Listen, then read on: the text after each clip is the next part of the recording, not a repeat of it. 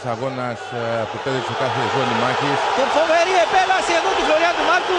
Ένα πολύ καλό χτύπημα στο σώμα. Αντέχει ο Σταμάτης.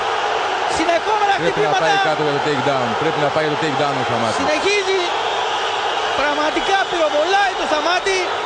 Ο Σταμάτης κρατάει απόσταση, δέχεται χτυπήματα.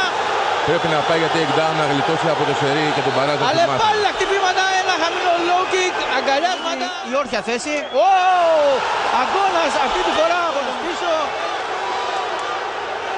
Απαντάει με ένα αέριο γόνατο, πολλά χτυπήματα.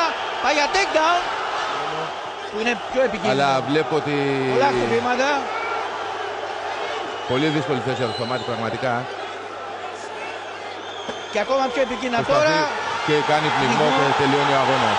Τελειώνει με πνιγμό.